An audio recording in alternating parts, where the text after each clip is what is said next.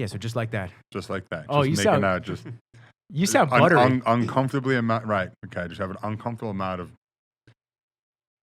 shaft in my face. Listen, I'm gonna be real with you, man. Just by the first couple of sounds of your voice, I might have to have it be the voice and the voice too. And the voice, the other there you voice. go. The other voice. The other guy. Yeah, because you sound good, man. Like, like, what are you wearing? I'm gonna start like that. Lace, lace everything. What's your temperature? Don't worry about it. That's what that little plug was for. The bullet? The bullet, the little magic bullet. Makes it. I was curious. And I'm actually gonna be real with you. I'm kind of jealous that you had cannolis. Yes, I didn't. I really did not want to. I'm supposed to be on a wedding diet, and I was in the back working, and I'm like, I was trying to just rush everything because for the first time in my life, I didn't want to be late to something because I'll definitely be late to my own funeral. There you go. But I love you, bro. Fucking love you too, man. Absolutely. So I had to make sure. So I go to the bakery, and what are they doing? They're frying cannolis. I'm like, fuck. And it's just like, I had no choice, bro. It's just like, you know what it is? It's I can't put my name on something and not make sure it comes out bad. Of so, course. you know what I mean? Listen, Human resources. Yeah. I wear many hats. You know what I'm saying? Mm-hmm. So I had no choice. And I started with 1. And then I went to 5. All right, so let me ask you. So for those that do not know, Mr. Augie, he is the proprietor of Cardinale Bakery. Yes. And some of the most amazing pastries, desserts, and everything under the sun that And you breads. can find. And breads. What I like to say is I am the master of anything that has to do with flour and water. Okay. You give me flour and water, I will give you anything to excite your taste buds. Slogan. There you go. That's the clip There you right go. there. Write that down. Put it on a shirt. You need to put it on a shirt. Something. Make a side Cardinale Right? shirt. It's baking has so many puns. And you doing the salt bae, but with flour. You know what I'm saying? That's it, Or man. just like Kevin Garnett used to do. Yeah. Just with the flour everywhere. We have to do a slow motion video like that. Right? Just Could you you going imagine? out like that. Flour everywhere. So let me ask you, because obviously I'm Italian, and it's in our genes Oh, to just enjoy. We got it. Listen, Right listen. here. All right. Panetti, what the hell? Panetti. Come on. Yeah, on. listen. Okay, That's the only reason I agreed. the triple. You know what I mean? The triple paisans. I'm biased. I'm very, very biased. The triple paisans. We're all Italian here. Mm-hmm. All right. It's in our genes to enjoy food, 100%. especially Italian food and 100%. pastry. What is your favorite go-to dessert? Oh, probably shit. Probably, you know what it is? It's hard to say because I generally only like my Italian pastries or something that my mother would make. And it's not me being cocky. It's just me understanding where other people mess up, you know? So Like, what do you often, I mean, how do you see just like inconsistencies in how something is I made? see inconsistencies all the time. I feel like such a Karen sometimes. My Karen, my Yes. Karen's gonna listen to this and be very upset that you use that term. I apologize, Karen, but it's just, when you go out to eat, you know what I mean? I don't want to pick apart stuff. It's just when you're in my business where there's no like contracts. You always have to make sure that everything is good because one bad review, even especially verbally, will destroy you. Yeah. So I'm always on top of everything. So it's like I know that whatever comes out of my place is going to taste good. Bread, pastries, cookies, and especially to me, at least. You know what I mean? You're not always going to make everybody happy. Some people, but I'm just saying. But then when it comes to like the desserts and stuff, I'm like, like this cheesecake, like it's just too sweet, or it's just got too much of this. Because not a lot of people want to put the real product inside. Everybody wants to go for quantity as opposed to quality. You know what I mean? Because everybody's penny pushing, and then I understand. It is a business, and sometimes it's hard, and you try to cut corners because, listen, we're in New York, the most expensive state to breathe, let alone have a business. You know what I'm saying? So I understand. So usually when it comes time to dessert, I'm just safe and go for ice cream. Ice cream. But the past year and a half, I've been lactose intolerant, so that just came right up out of nowhere. So you bring the lactate pills and you're good though. Well, yeah, I bring the lactate Problem pills, solved. but usually that happened from bodybuilding, so kind of just destroyed. Well, that was actually a path that I wanted to get into Yes. conversation wise for you. So Yes. I mean, like every guest, it seems, we've met at Bev's. Yes. I mean, Bev's is an amazing place. Well, we actually met before Bev's and we didn't know it. Where was that? Well, not us intentionally, but my brother, your mother. Yes, they were working together business-wise. Yeah. Had no clue. None whatsoever. I met your mom, and then one day you came up to me. Oh my God, my mom said you're the nicest person ever, and I was like, yeah. And he punched me in the face. Yeah, all right, man. Your mom's cool. You suck. Yeah, you went to what bakery? Is that Entenmann's? Son of a bitch. I know. Whoa! As I sink down, I know you bodybuild, obviously, and you have done a bunch of shows, a handful of shows. But you actually had a huge weight loss transformation. Yeah. So, I mean, I wanted to talk to you just about that because we really like to dive into stories of what people have gone through. Right. And we've battled our own things over the years, whether it was me trying to lose weight, John trying to put size on and whatnot.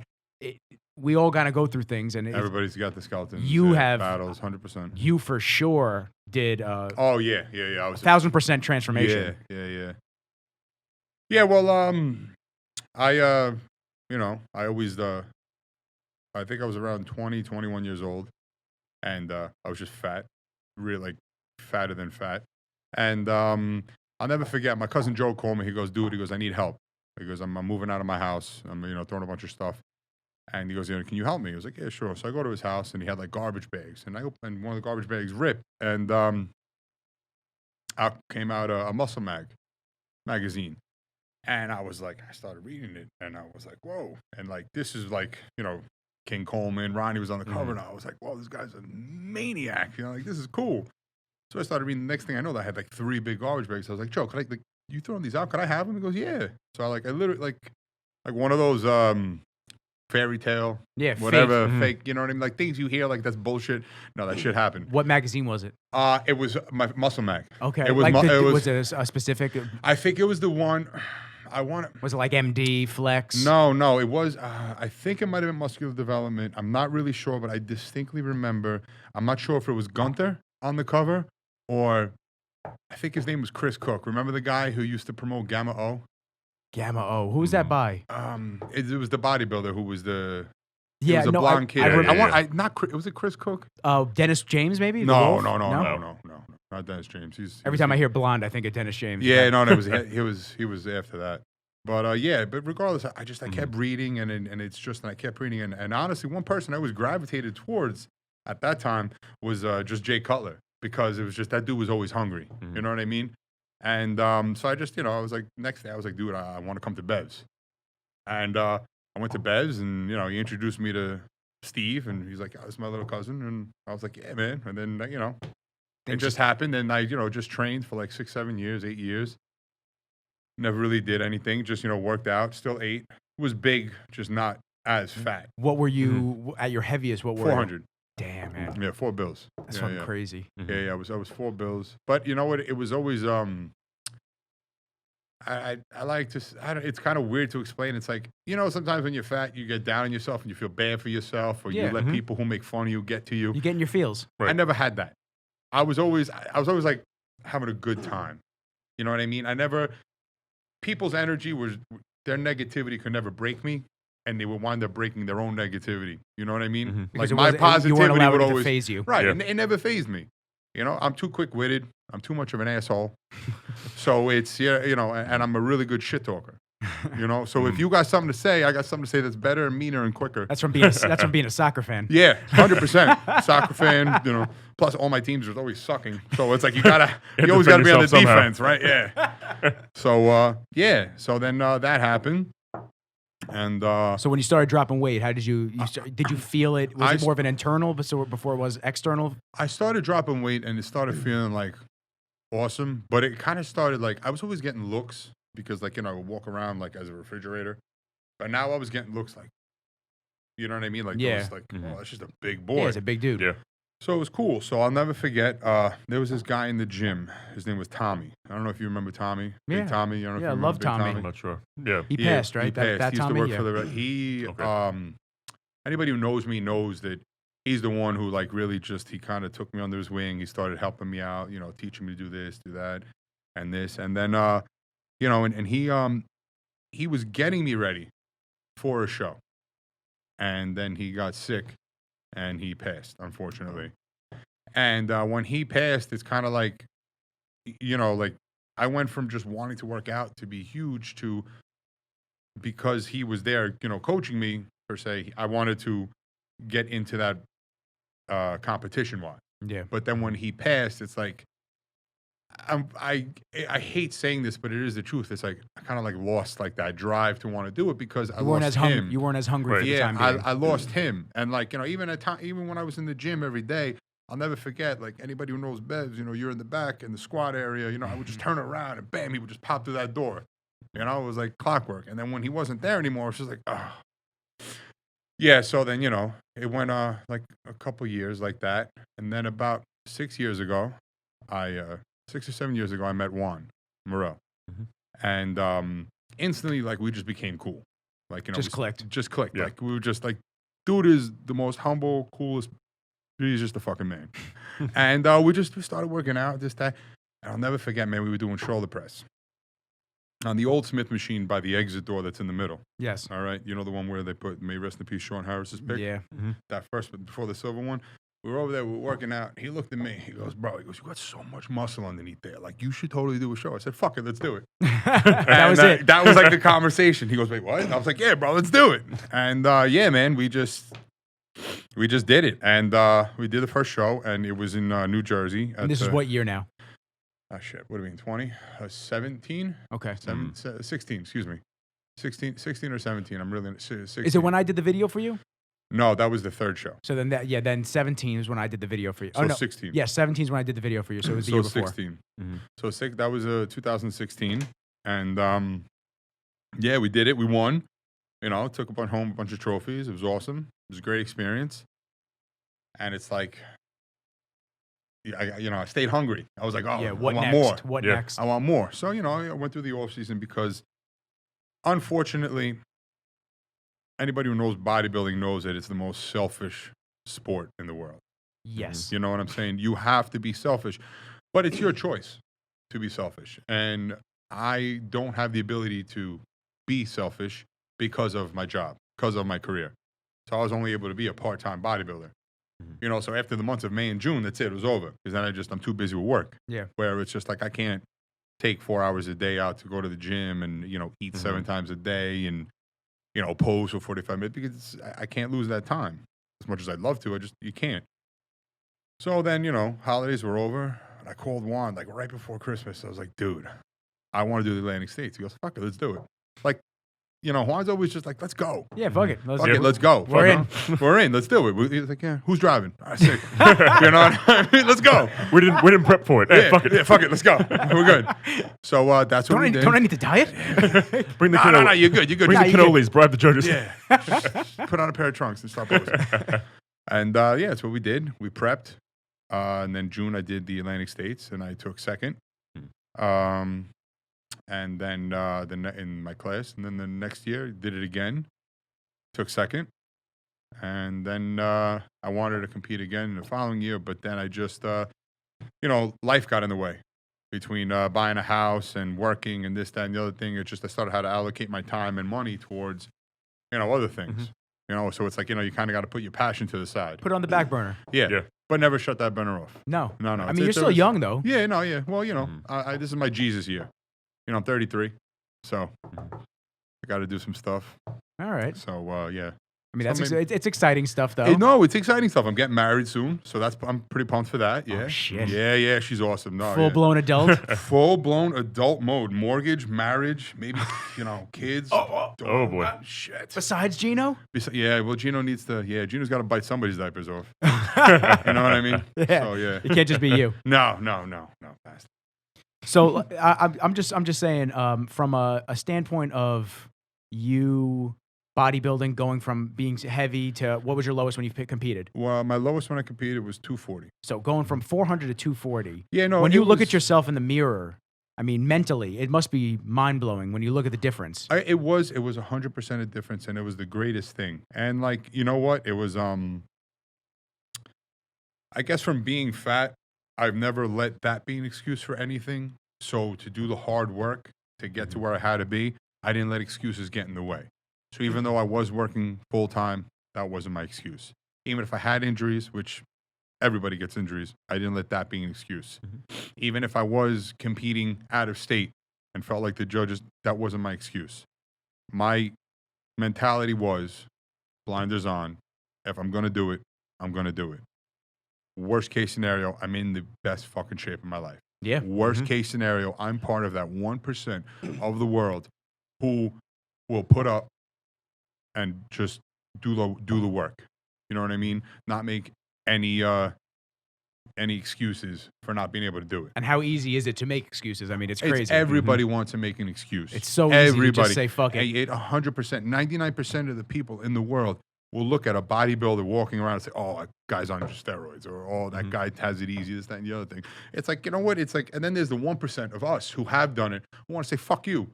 Like, no, you don't understand what that guy does, that he eats like a dog 7 days a week. Zero that clue. that guy has to have the will, or girl. Because honestly, I've seen some chicks that could put us guys to shame. Oh, yeah. You know what I mean? Like, that out-train guys in multiple gyms. Yeah. So it's like, it's a bodybuilder doesn't make an excuse. He makes results. It's just the people who can't do it. They're the ones who make the excuses. So it's like, I never let that bother me, you know? You know, that was one of the reasons why, in my opinion, you went from being 400 pounds to being able to do that.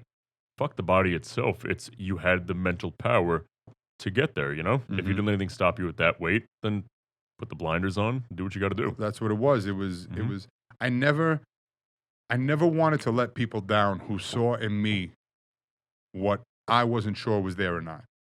So it was, I wanted to prove to myself that, yeah, you were right.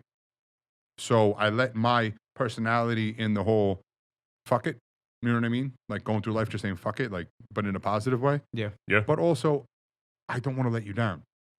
You know, letting somebody down sucks. Horrible. You know, especially when they see so much in you. When they say, I'm not mad, I'm just disappointed. That's the worst. It's the worst. You know what I mean? You hear from your parents, it's like, fuck. Yeah. You know what I mean? You hear it from your brother, it's like, fuck. Then that's when you take the cannoli cream and you just start spraying Son around. Yeah, it's like, oh, binge it. eating. It's like, and I honestly, dude, I never wanted to hear from Juan. Never. That's the last person. So it's... Well, a lot of people might not understand that. People with coaches, like we've all gone through that cycle, people might not understand that feeling of you, although paying somebody and technically they work for you in a way, in a weird way, even though we don't feel that way probably, you just don't want to let that person down because that's even more of an upset than, you know, if you don't give 100%, because that's what they're expecting. When you're working with somebody, they're expecting 100, 120%. And it's always good to like bounce off. Like I don't know about other coaches, you know what I mean? But you hear, oh, this guy, you know, he's just giving me a cookie cutter, or he's just saying this, or he's just doing this. And, you know, you hear everybody's excuses. And I don't know because, you know, I only listen to one person. You know what I mean? And I used to joke all the time, and Juan could say this. You know, I used to say, Juan, you tell me to drink Go Piss, I'm drinking Go Piss. You know what I'm saying? It's like, it is what it is. But it's like, you know when somebody wants the best for you. You know what I mean? And I knew that Juan wanted the best for me. So that's why I couldn't disappoint him. Not that, you know, it was just a guy who was just doing his job and making sure that he was on top of me 24/7, that I ate everything. No, this man was giving me his heart. Yeah. You know what I'm saying? Which is what you want out of a coach. Which is 100% what you want. You don't want some robot telling you what to do. Exactly. Which makes, I feel that, you know, in the sport of bodybuilding, it's much more than just presenting your body. You know what I mean? It's your demeanor, because you're in a sport where you're looked at as a freak. You know what I mean? Where we're like, yeah, it's a good freak. But like back to that 99% of the world, what the fuck? You know, like, oh, like you're an asshole for doing this. It's like, no, you're an asshole for not doing this. You know what I'm saying?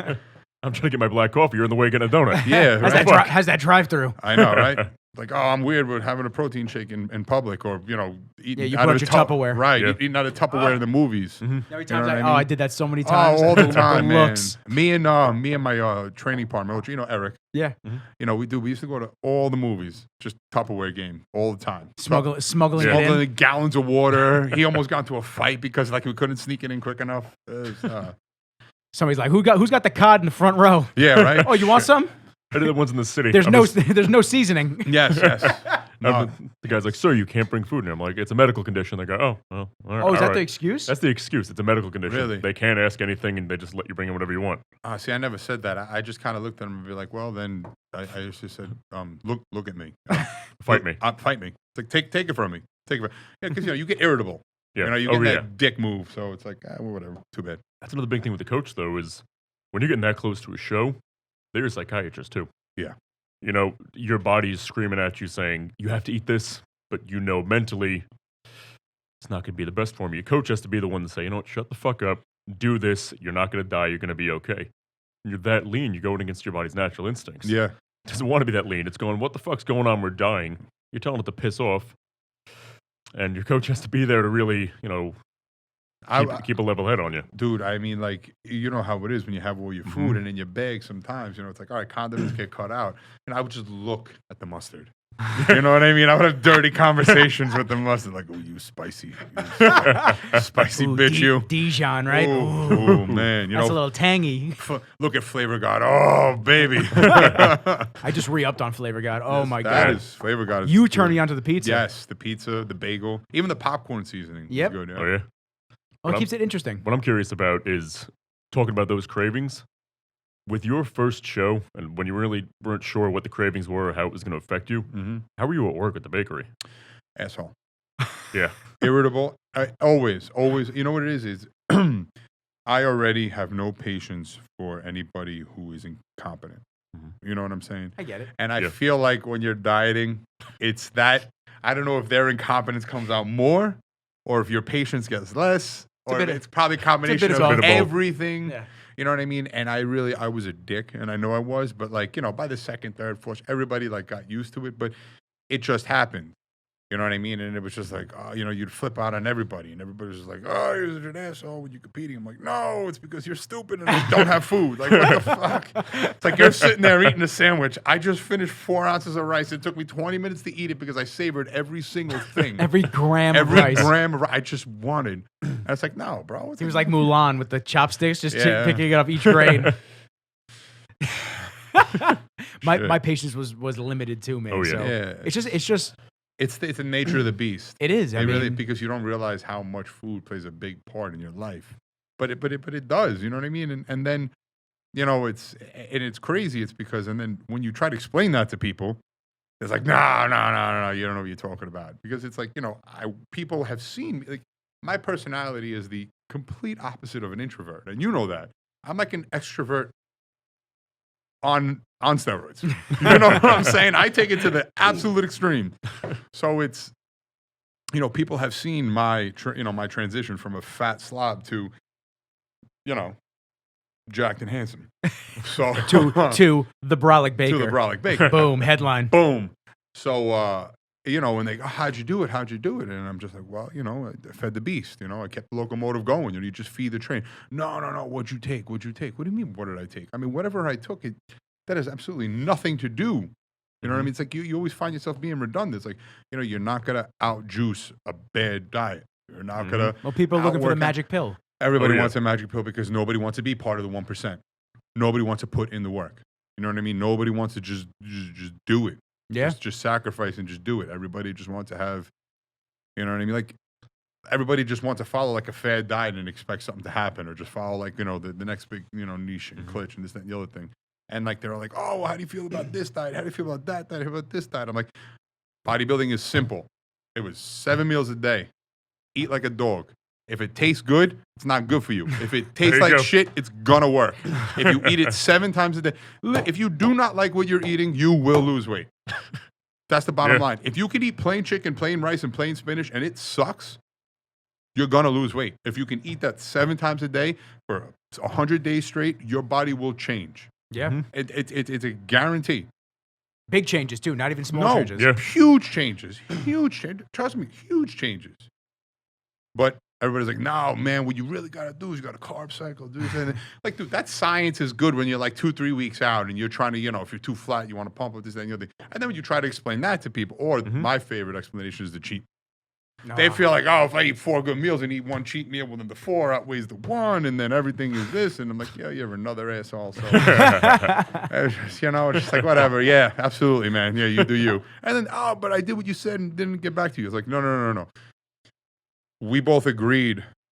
Maybe I agreed more that I didn't want to listen to you anymore. So I just said whatever you want to do might actually work. It didn't. Sure. So, yeah, Yeah, try keto again. Try keto again.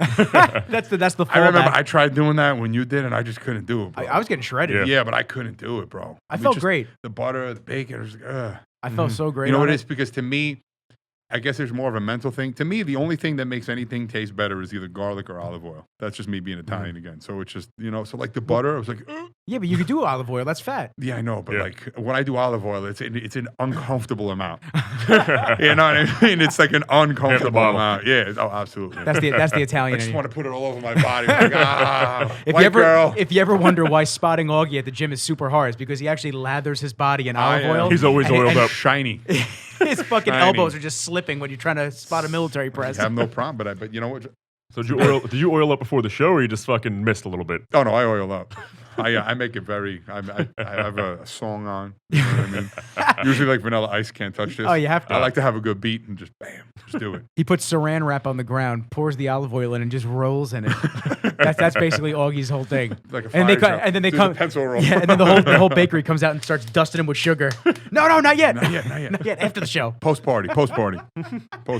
Yeah, I did. Listen, I like keto. Keto was cool. I'll do it every now and then. But the issue, and I tell people this all the time, is like you have to be so strict on that shit for at least 2 to 3 weeks before you're even potentially in ketosis. Mm-hmm. I have family members that have tried to do keto before, and they're all talking during Christmas. What's the best way to lose weight? Everybody, my cousin was supposed to get married this year, and now that's been pushed till next year. So he was trying to do like a crash course dieting, and someone in my family was talking about he's on keto and he's drinking wine. I'm like, you can't have alcohol if you're on keto. Yeah. It doesn't work like that. You can't just, I eat fat 90% of the day, but like the other 10% I drink wine and drink alcohol. Or have a potato chip. It'll take you right out. Right, yeah. Doesn't fucking make sense. People, like, you have to. If you are going to follow a diet, whatever, I'm not saying keto is bad. I'm just saying keto's not for me. It's very hard to keep at it. Well, not even that. Just when you do it for so long, John, when you do it for so long, you honestly, you have to listen to your body. And, and sometimes with the high fats, I would get bloated. I would get lethargic. Really? You know what I mean? It's weird. What's crazy is, and my body is so manipulated so well with carbohydrates. Like even up until literally 3 days out, I had carbs in every meal because my body responded well to that. You know what I mean? I was never the guy who, was eating, 2 weeks out, 7 ounces of tilapia, 7 ounces of spinach, and, a big, fresh breath of air. And that's it. I was carbs and chicken. That was me. You know what I mean? Yeah, I never needed that. It's my body responded well through carbs. And, and I always have I have my own theory on that. My own theory is that I'm a first generation Italian. Hey now. I know. I am a baker. Hey now. So it's my life, my carbohydrate intake, my whole life has always been real carbs. It's never been bullshit carbs. Oh, the GMOs. The GMOs, the bullshit, what I like to call the Panera, the McDonald's, the Burger King. You know what I mean? Like, because that's the ruination of the world. You know what I mean? Like, now you have, bottom line, go anywhere outside of America. Nobody has celiac or gluten allergy or none of this shit because they eat real carbohydrates. They're eating wheat, they're eating grains, they're eating rice and water. Over here, you can't eat the same food that goes to Panera that's made in California, that's served in New York, is the same food that's going to space, that NASA. Like, you have the same ingredient. Like, you're an asshole. And then you wonder why your body doesn't break it down. And now there's, like, people with peanut allergies. Like, what the You know what, that's I always, Tyler. I wanted to hear what you said. Yeah. That's Tyler. Tyler's got peanut allergies. I said, I'm just going to slip peanuts into your food. One peanut and just increase your tolerance. I said, I don't know if it's going to work, but we're going to try. It's going to be a fun try. We're going to find out. It's going to be fun. I call that the one diet, where I'll do it with all my clients. Every person I train with, if there's more than one ingredient, don't eat it. Yeah. Real food doesn't have more than one ingredient. Facts. If you want a salad, it could have multiple of one ingredient. Correct. And that's it. But if you're having like dehydrated fruit, or dehydrated. You know, the only thing that I know that sometimes I'll put in that I just happen to love in salads. I mean, now it's my diet's just more, you know, a plethora. Yeah. Caballero. It's like, you know, I love those the beets. You know, the beets in the bag, the dried beets. Yeah. Oh, yeah. Like salad. Yeah. It's awesome. Like it's a single serving each bag. Sure. Every time. Yeah. You know what? But that's bad for you. I'll take that over a Burger King cheeseburger where there's no cheese and no meat in there. No. You don't know what the hell you're eating. It's fucking madness. That's a science project. Have you seen the Literally? I believe we mentioned this before, but have you? Yeah, to Elise, have you seen the chicken nuggets? What they're actually made of on the inside, the paste. Oh, good Lord. The pink paste the chicken nuggets are made out of at McDonald's. No, I don't want to. I guess I have to see. A couple years ago, I'll never forget. I saw. I was passing through. Maybe it was on Facebook. Maybe MySpace. Maybe it's like that long ago. Somebody was at Popeyes and they opened up a breast and there was maggots. Oh, you know what I mean? And that chicken. Or you get a beak. Yeah, and I was just like, Then that was like that just turns me off. It's just like, I remember seeing a McDonald's test where somebody left out like a real burger and a McDonald's burger on the table for like 3 months. The real burger was full of maggots and shit, but the McDonald's burger looked perfect. Perfect the same, yeah. Perfect. Going, what the fuck? Yeah, no, but that's a science project. Literally. It's how do we make something that just won't kill somebody as cheap as possible? Shut the fuck. Looks like froyo, bro. Looks like froyo. That's not a nugget. Yeah, man. Oh, those are nuggets. That's it. Oh, we're gonna put it up. We'll put the picture up on the screen. Jesus, yeah, dude. Christ. Yeah, look at the top. They always want you to know how they make their nuggets. They actually want you to know. Yeah, don't tell me. That's because the people who buy them can't read. Yeah, not only that, or the people who buy them just don't give a shit. Yeah. Oh, they don't give a fuck. I have friends that are actually shocked when I tell them I haven't eaten. They go, oh, you go to Chick-fil-A? I go, no. They're like, oh, you go to McDonald's? No. Why? Why am I gonna go there? Yeah, why? Let's go fucking grocery store, get chicken, and I'll make chicken myself. Just make chicken cutlets. There's nothing better than a good chicken cutlet. Oh, good breaded chicken cutlet. I mean, just make a chicken cutlet. I don't know if it's because I got the Japanese dog and I've always liked Japanese food, but I like Japanese panko crusts on chicken. Yeah, well, cutlets. you know that's good. I know it's against my motherland. All panko breadcrumbs is just the inside of the bread, so you're not gonna get like that outside crust. So there's like no. You're gonna get more of a lighter, fluffier taste. That's what I'm all about. You know what Lighter, I mean? fluffier taste. Listen. You give me a piece of bread. It's again, everything is single serving. I just, the breadcrumbs, the whole loaf. I love seasoning. An Italian season. Just chicken cutlet, olive oil, roasted peppers, and mozzarella on a sandwich. Semolina bread, Brolic Baker. So come back to us, Augie. I'm hungry, bro. I mean, you could have brought one here. We could have just. Honestly, I feel like such shit. I should have brought. As I'm coming here, we could have made a sandwich. I fucked up. Next time. Podcast 2.0 is going to be at the bakery. At the bakery, yes. As I'm dipping cannolis in fudge. Bottles of olive oil. Just not on the mics, Augie. Not on the mics. whatever. It's all right. How's the bakery been? Bakery's been very, very well. Really good. Very busy. We're getting a lot of feedback, positive feedback, because during this whole Corona thing, I never closed once. I stayed open the entire time. Good for you. Just, and I just wanted to do whatever I could to help people. And, we offered that at the bakery. We were giving away, we were doing anonymous packages, meaning, just call up, or just tell me how many people are in the family. And, we have the bodega next door. So we were just going to give you some food, some bread, some pastries, some just a breath of fresh air. Just take it and go. We don't want to put, you know what I mean? We don't do good things and nice things and to be put on social media for it. We do good things and nice things because that's we're lucky enough to be able to do it. If anybody was curious, to rewind that and listen to it again. He doesn't record himself doing these acts just to get the followers. I get so mad. I get pissed. Giving money to a homeless person. Oh my God. I fucking hate that. Dude, I fucking despise that. There were so many jerk-offs. These are jerk-offs. And these jerk-offs know exactly who the fuck they are because I've seen them in beds. I've seen them do it. They walk around like this, like, oh, hey, what's your name, buddy? Oh, here's a hamburger. Fuck it, throw it. Like, fuck you. You want to do something right? Put food in both your hands. Give it to him. Shake the man's hand. What? You got to put him on blast like that? You got to give somebody $20 on blast right there? That's what makes you feel better? Bro, do me a favor. Give me your mom's number. Let me call her. Let me yell at her for not hugging you as a child because eventually you didn't get enough attention as a fucking child. So as an adult, you have to be an asshole. Because that's really what it is. At the end of the day, you're an asshole. No, you can ask my fiance.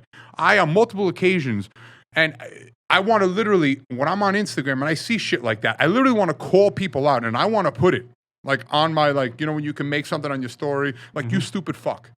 You know what I mean? And I stop because unfortunately, you know, you're unable to do that because so many people who do follow me are mothers, fathers, children of business, because you know what it is? Customers and stuff like that. So I can't.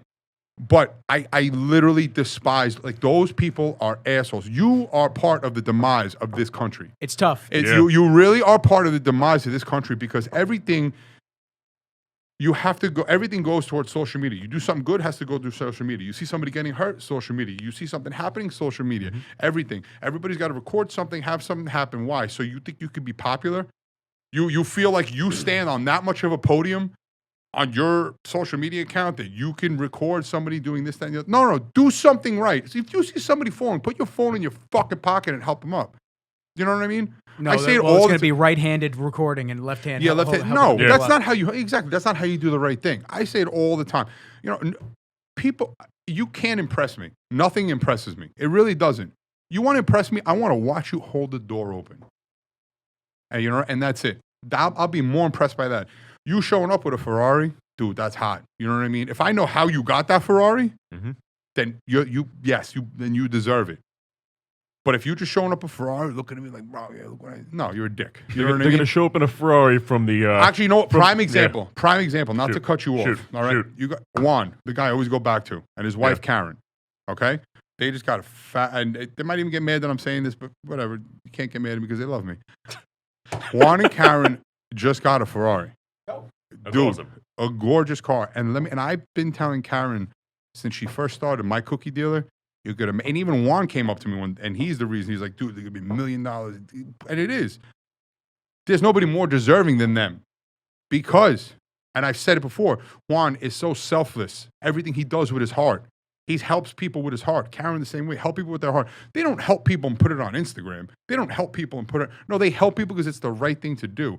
They donate to do the right thing. You know, that's God blessing them, making their business successful to be able to reward that. You know what I mean? Because they can work hard. They're able to get that, and they're able to give their daughter and future kids, Karen, let's go, a better life. Yeah. You know?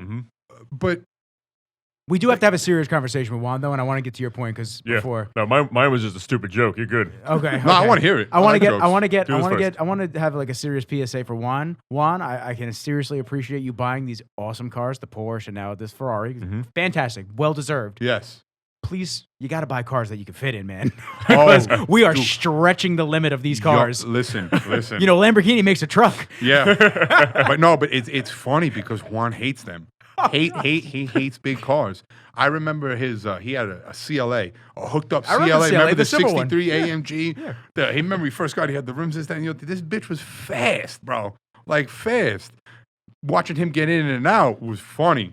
You know what I'm saying? You know, it's like you see him getting into a car. I don't know if you guys know, but like Hightower from Police Academy, he has to. Yeah, you're too young. No, too young. Yeah, way too young. But it was a show called movie called Police Academy. I know the movie. I've just never seen it.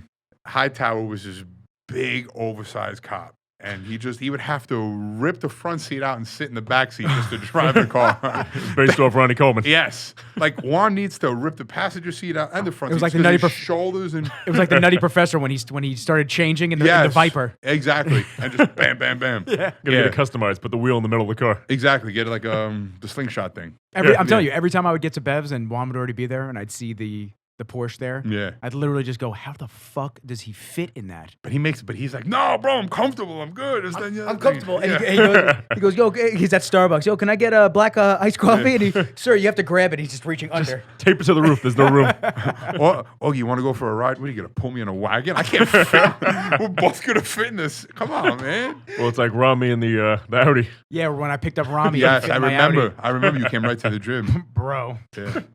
Don't worry, we make it work. All right, sure. Whatever you say, bro. Good luck. Yeah. Every time, like a Christmas tree on the top. Yes. Wrap him around. All right, Rami, ready? Like Get the bungee cord. Get the bungee cord. That's what the slingshots in the gym are really used for. Yeah. That's exactly what it is. Yes, 100%. Oh, man. Yeah, dude. like back to the bakery because I keep thinking about the bakery. Yeah. And doing good things. Yes. You know, but it's the truth. Like to me, it's crazy that you brought it up because like that's literally when I tell you that to me is like a trigger. People trying to go viral. That's what it winds up being. Yeah, but like why? Like, or they hire. I've seen a ton of fucking videos online of people doing good deeds for anybody. Could be a homeless person, could be somebody that fell, whatever. But they have like a guy like me following them around with a video camera, and it's like, why are you doing this? Just do something. Just do something good. Karma. Just make karma follow its course. Do something good and wait for good to happen. You know, I say it like this: like I always do good every day. Because to me, listen, I might not hit the lotto. I might not become a millionaire. I might not say, but you know what? I have healthy parents. I have healthy friends. I have healthy families. I'm able to laugh. I'm able to joke. I'm able to have a good time. You know what I mean? Yeah, sure. I might not be able to just ball out on a yacht and just start popping champagne bottles and whatever. But you know what I can do? I could call my mom and say, Ma, you know, I'm hungry. Can you go to the garden and make me a huge salad with like an Italian omelet? You know? Yeah. To me, dude, that's priceless. You know? Just going, just sitting down. That food is just priceless. Going down. Like it's you know, to me, that's hitting the lotto. You know what I mean? You know, because you'll figure out how to pay a bill. You really will. You'll figure out how to do. But to not be able to go hang out with your parents or hang out with your brother and sister and just family, like to me, that's the goodness coming back at me. You know what I mean? God keeping everybody healthy. God everything in check. 100%. You know what I'm saying? Because listen, in the end, we're all going to the same size box. Yeah. You know what I mean? Unless you're one. Yeah. That's true.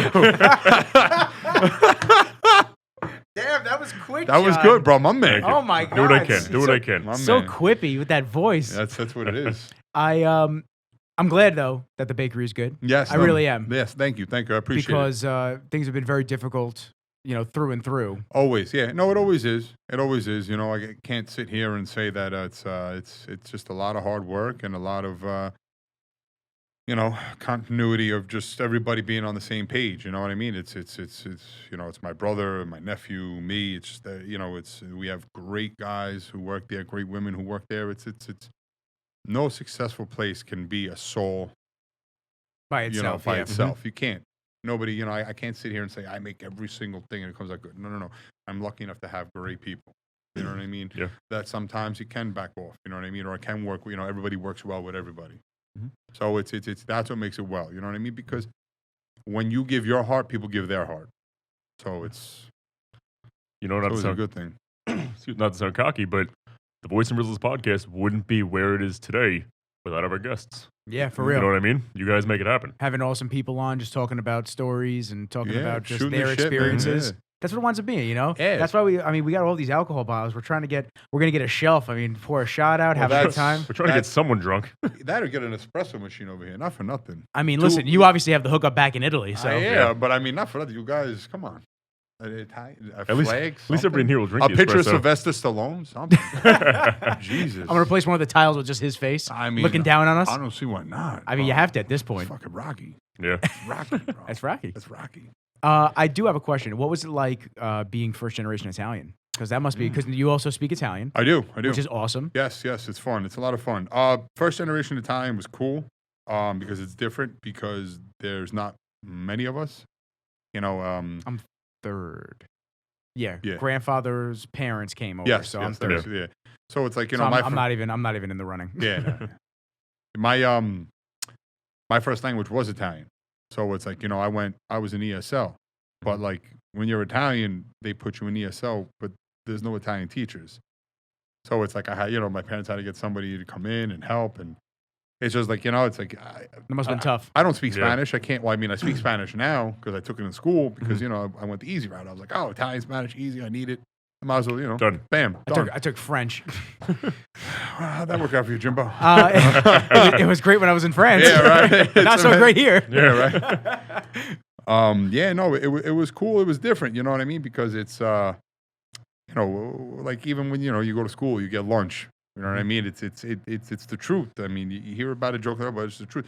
I used to get heroes with Nutella on it. You know what I mean? And the kids would be like, "Oh, Augie's got shit on a stick," and I was shit on a loaf of bread, and I was like, "Bon appetit." You know what I mean? To me, it was awesome. You know, like, and now everybody who sees Nutella goes nuts over it. Yeah, back then it was probably... Back then, it's like, I was a pioneer, you shitheads. I brought this shit. I started this. You guys suck. That gold foil, everyone was wondering what that was. Yeah, just leaving it around the school. They don't know. You know what I mean? My mom would send me with plastic things with like chicken cutlets with roasted peppers the night before. You know what I mean? I was the only kid in third grade with a full silverware set. Yeah. You know what I mean? I was cutting this. I got in trouble for bringing a knife to school. I didn't bring a knife to school. I brought a knife to lunch because I'm not an animal. All right, I got to cut just my sit there food. And cut and you know saw what I it mean? with the plastic. Have a little thermostat with coffee. Like, it's what you got to do. We got to enjoy lunch. Could you imagine a little Augie just sitting there just... It was never a little Augie. a little large Augie just sitting there. A little espresso glass. Espresso. People are like, hey, Augie, no, I'm not done with my espresso. We will play kickball when I'm done. When I'm done, and I have my energy again. Please, right now, I got to digest. I picture like being a first generation Italian. Like you come home and there's just meat hanging from the ceiling, salted cured meats just ready to go in the kitchen. No, being a first generation Italian, or probably being a first generation anything, and not just Italian. And this is true because it's. I've been lucky enough to have first generation, Spanish friends and black friends. And it's just, when you're first generation, it's honestly, when you get home, it's not like that. What it is you better get to work. And I'm not talking about physical labor. I'm talking about get to work, with your school. Like I hated school, but I hated being yelled at by my parents. So I had to do my homework. I had to do work because when you're first generation, all that means is your parents came here to give you a better life. And that's what my parents did. That's what anybody's parents did. Because they knew where they were and they knew what they were coming to. And they knew that they didn't want their next generation, having to go through those struggles as well. So it's supposed to get better, like a trickle-down effect. 100%. It's how many times have I heard the story of my dad? Oh, I used to walk 17 miles a day to school. I played soccer. I'm like, yeah, Dad, no socks on through glass, right? Yeah, I know. And uphill. Yeah, right? Yeah. Everything was uphill. Everything, always uphill. Forget it. So it's like, it was like, don't get me wrong, come Christmas time, yeah, you know what I mean? You open up, there's meat everywhere, prosciutto, gabagoles, sopressado, whatever you wanted, open up the fridge. Yeah, the food was always there. But that was, that's like second nature. You know what I mean? Mm-hmm. But it's, coming home, it was just like, all right, do homework. Like, you can never say there was no homework.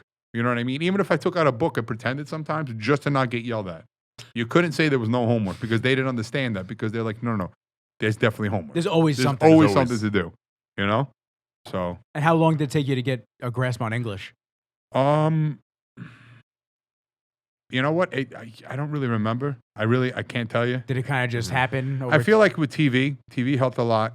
You know what I'm saying? The fact that I was always around people, you know what I mean? Because I was either with my dad at work or, my brother was my brother was much older than me who was just talking. My sister much older than me just talking. It's just like, it happened. It's just, when you grow up in an Italian household, that's your first language because, with my mom every day. So, yeah. My grandfather's dog knew Italian. Like, they would talk to the dog in Italian. It's awesome. Yeah. He would just walk around. He'd be looking for, he was a diner dog originally. Then he would be looking for food everywhere and they would just yell at the dog in Italian, my mom said. But listen, it must be cool. I didn't have that much of a cultural upbringing like that. I didn't know my great-grandparents who were the first generation coming. I guess they're the first generation coming through like that. Well, no, if you come here, it's whoever was born here first. Okay, that's right. Your grandparents. So my grandparents. So they were not as cultural in the Italian ways as their parents were. Mm-hmm. But from what I heard, it was the same thing. Work. My grandmother used to have to wait for my great-grandfather to finish dinner, and then she would clear the table. It was very old school rules for them. No, it was. But it's cool. It's like as you get older, you see that old school get away, and not so much, but like it's like when I was younger and stuff, it was just like you would what you're talking about, you would see. But now as I'm older, like you're sitting down, it's just like. Now it's just a good time. Like now it's like, you're at a different standpoint with your parents. So it's, we're able to joke and like where growing up, if I ever cursed in frront of my parents, I would run to my room. It's like, I couldn't catch that beating quick enough. You know what I'm saying? Now it's like, I'll be like, oh, fuck. And my mom with that Italian accent every time. Fuck, everything you say, so this is fuck. Stop with the fuck. And it's like, what am I? Like, all right. Like, sometimes you want to say it just to hear that again. To hear it, oh, Mom, I learned from the best. Yeah, right. It's you, bro. Dude, you. God, that accent's so cute. Yeah. And now I'm curious how we got. Did you guys get started at the bakery as a family, or was it you that kind of pioneered it? No. Actually, it was my dad came over from Italy, and he started working at the bakery. Then he went back. He got my mom, my brother, and my sister, and they all came over because my brother and my sister were born in Italy. My brother came over when he was like 14. My sister when she was like 11. You know, she actually had to go back because like during Ellis Island, if you failed any of those tests, you'd have to go back. You know, she failed like the eye test. So like, yeah, and I wish they would have left it, but whatever. No, I'm fucking around. I'm playing around. You catch a beating again. Yeah, right? Nah, I could take it. Maybe. Yeah, so and then so my dad started working there, and then my brother eventually, you know, he wanted to go to work, so he started working there. And then you know, he was working at the bakery for years. And then he went away to school, and then like I'm pretty sure like after school was done, like my brother was supposed to be like a lawyer, like again, like, you know, just my parents instilled like school, books, Yeah. like stay away from the labor, follow, you know, use this to make money. So it was, you know, my brother wanted to be like an international banker, international lawyer. Like he was like this he still is a smart as fuck guy. And yeah, and then I guess his heart just took him right back to the bakery. And then that's what it was. And then I grew up, you know what I mean? And then like everybody else who has older siblings, you know what I'm saying? You're like, oh, like I want to go with my brother. Like, you know, I was like, you know, you look up, you're like, you know, my brother's the coolest dude in the world. Like, I want to go with him. And I got suckered. You're literally talking to two only child. Oh, really? Oh, shit. But I would definitely feel that way if I had siblings. I Yeah, feel like yeah, I someone to would. look up to. Yeah, well, that's what it is. You know Yeah. what I mean? You had my brother. My brother was always there. So it was just, it was like, if he was always there for me, I kind of wanted to be like, I want to go with him. So it's like, you know, I went to go work for him. And yeah, that's how it happened. And, you know, it's how we are where we are now. And then the dynasty continued. And the dynasty continued. And we have Dom, baby Dom. You remember Dominic, my Dom. nephew, my man. Who's got a baby? Who's got a baby, Giuseppe. Yeah, everybody's having babies. But me, I'm everybody's, you know. I bought a dog, so I'm not having a I baby. bought a dog. I have that's Gino. what I'm saying. Go to. I have a Gino. Oh, Gino. I have a Gino. You know what it is? I've been fortunate enough to be the past 18 years in a row top Jenga player in the world. Top Jenga. Ooh. Figure that. Let it sink in. That's pretty big. Let it sink in. In the world. Let it sink in. Pull out game. Oh, Jesus Christ. Come on. That totally. You guys are two buffoons. That totally What's the went matter over with my you? head. That was Come phenomenal. on. Yeah.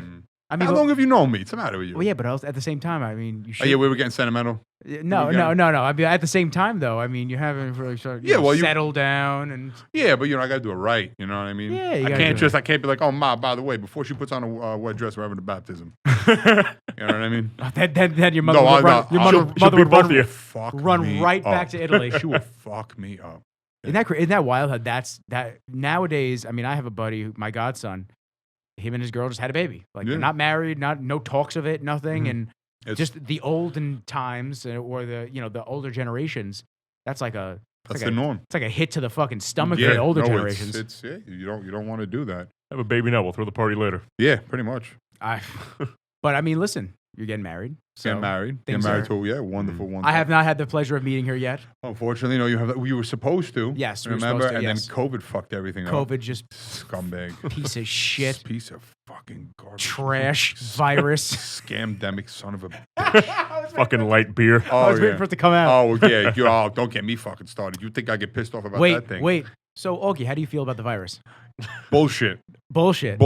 Talk to me. Bullshit. Okay. Wait a minute, folks. Start with that. He's got his mask. Got my fucking American mask that I hate wearing, but I wear it just to trigger people. And now isn't that fucking crazy how that's supposed to trigger people? Yeah. So mad that said, Actually fuck wild. COVID.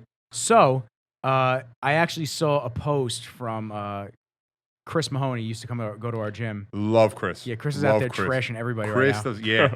He's So- the fucking man. Now, listen, I've never been against masks. I'll say I wear them in stores. Mhm. I'll wear them in areas that I don't know where everybody has been. But shit like this, outside, around other, I'm not wearing it. I'm just not doing it. I refuse to wear a mask, and the only reason I do wear a mask, I wear a mask for 2 reasons. 1, for other people to shut the fuck up, and for 2, so my fiance just stopped nagging at my ear to fucking put it on. Doesn't she have a medical degree? Yes. Okay. No, she's an Eastern medicine doctor. She's smart as shit. Bro, let me tell you something. I wish I was still competing because even this morning, she worked on my shoulder. I couldn't go here. Now it's like range of motion is back. So she's telling you to wear the mask? She's telling me to wear the mask, not so much because she believes in it, but just so much to not hear people. You know what I mean? Because I'll put it under my nose. I'll put it over. Dude, I'm 290 pounds. I can't fucking breathe with this mask on. Well, then 112 degrees outside. Like, what the fuck? Like, what is this going to do? What is this really going to do? This is going to stop a fucking virus? Like, you're an asshole. No. You're an asshole if this thing. And you know what? Fauci is a fucking disgrace to Italians. Fuck him. So, thank you for tuning this week's episode of The Voice. Just wanted to real like fast. I'm sorry. So Mahoney put up, to those who currently wear masks but draw the line at goggles, perhaps now you'll understand those who don't wear masks. You just drew your line of ridiculousness a bit further down the sand than we did. Just wait until you're harassed by complete strangers for selfishness. Now, I've been called selfish, even by family members, because I choose not to wear a mask in the great outdoors for no fucking reason. And actually, I guess I'll get into this because he doesn't listen to my podcast anyway. So my cousin wants to lose weight for his wedding. Piece of shit. Scumbag. You call that family? Fuck him. Fuck him. So my cousin wants to lose weight for the wedding. And he's not in great shape right now. And as many people know, I built a full gym in my garage at this point because I couldn't wait for Bevs. I couldn't wait. Yeah, I bought the bike because of you. Oh, you bought the Echo bike? Fucking insane. How hard is that bike? The worst 5 minutes of my life. Dude, I called it because you know what it is? It's the only one that has no give to it. You know, you do a regular fan bike, it's like you can cruise over it. This, if you don't, done. You're done. It shuts down. It's over. It fucks you up. It's bad, man. My mom came upstairs last night. Side note, my mom came upstairs last night from doing just 10 rounds of hit on it, and she goes, "You might want to check on me in a couple minutes because I'm having chest pains." She walks to her room. Everyone playing Xbox. I go, "Mom." She's like, "I'm good. Okay." You know, my fiance, she loves it because she is a boxer. You know what I mean? She has her gym. Yeah, she has her boxing gym, so she has her practice. And dude, and like this is another reason I just do whatever she says because she'll fuck me up. You know, and I see her go nuts on it, and then by the time like just dripping sweat in 8 minutes, you'll die. Like the amount, it's insane. It's rough. It's rough. Yeah. But so my cousin wanted to lose weight for the wedding. Yeah. So here I am, offering him to come train at my garage gym, which is better than a lot of other gyms. I would say we were halfway through the workout on Monday. Monday. Yes, Monday. We're halfway through the workout. And we're doing laying kettlebell tricep extensions. And I put a towel down because I was dripping sweat. I put a towel down on the bench just so he wouldn't have to lay in my sweat. And all of a sudden he goes, "Hey, man, I feel uncomfortable with that towel on the bench." So I look at him and I go, "Because of the virus?" He goes, "Yeah." I go, "I got to be honest with you. If you think that that's what's going to cause the virus to be transmitted, we've been working out for 45 minutes next to each other. If you have it, I have it. And if I have it, you probably have it by now." Yeah. So, and then the rest of the time he was in the car, like in the driveway between sets. I'm like, this is fucking ridiculous. What an asshole. Wait. It gets better. Oh, great. So I told my mom. My mom says, Mike was on a fishing trip with all of his buddies a couple days ago. I said, "Oh, how convenient." So Tuesday comes around. He goes, "Yo, we're training chest, right?"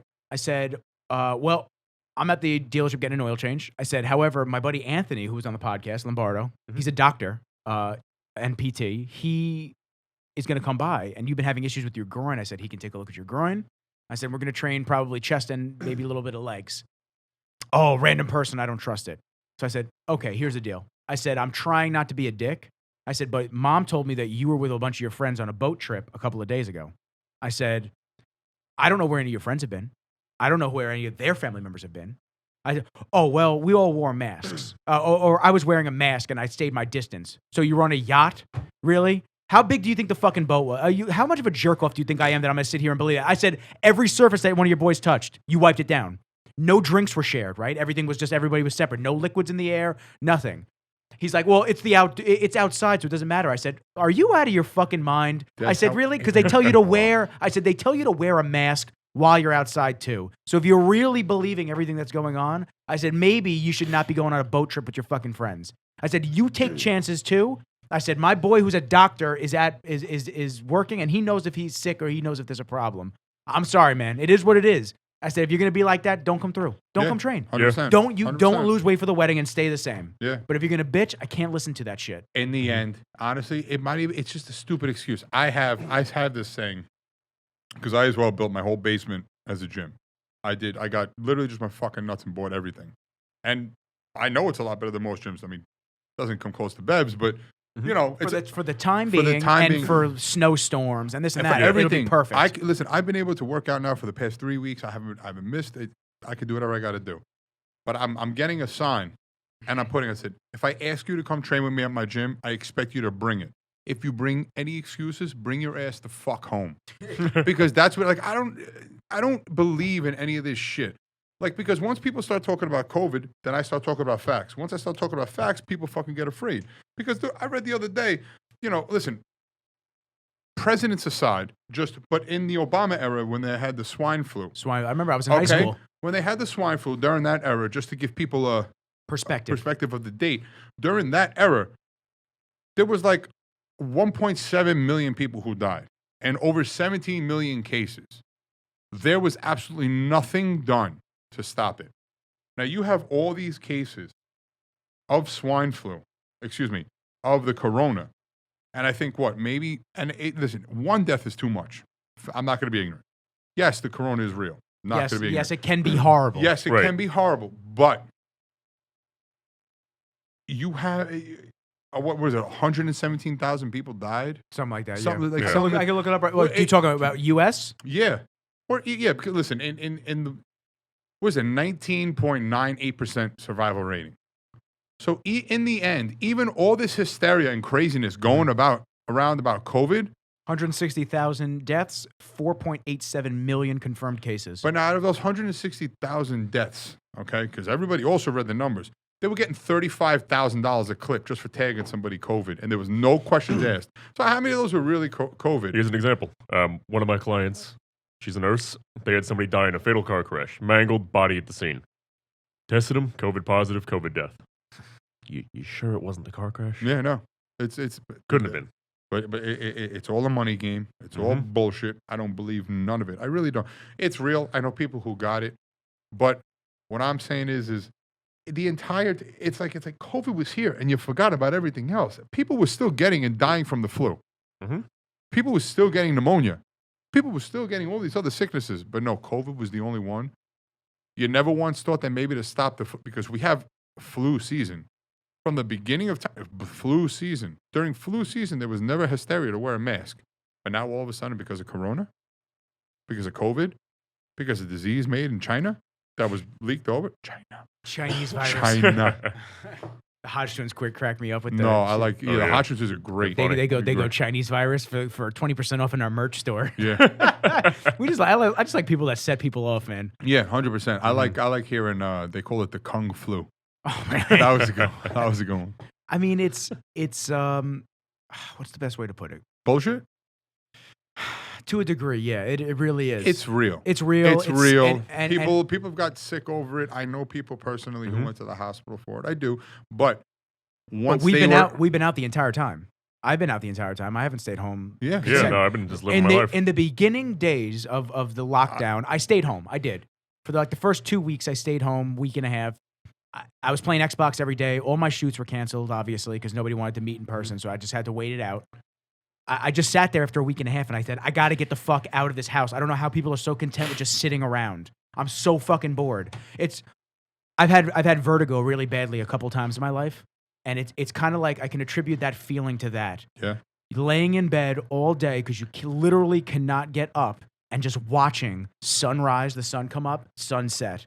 There is nothing more anxiety-stricken than me just sitting there knowing that nothing was done that day. Nothing at all. And, I mean, there really wasn't anything to do. You couldn't really technically go out. They didn't want anybody out on the streets. They didn't want you going out anywhere. The best thing I could do was just kind of wait for the storm to end. 2 weeks turned into 100+ days pretty quickly, right? Yeah. No, I mean, listen, from the first time that this whole thing and they made everybody stay home, I never stayed home once. I never quarantined. I actually was out more. You know what I mean? I was doing 20, 21-hour days at work because, listen, I was deemed essential. And, yeah, all restaurants were closed down.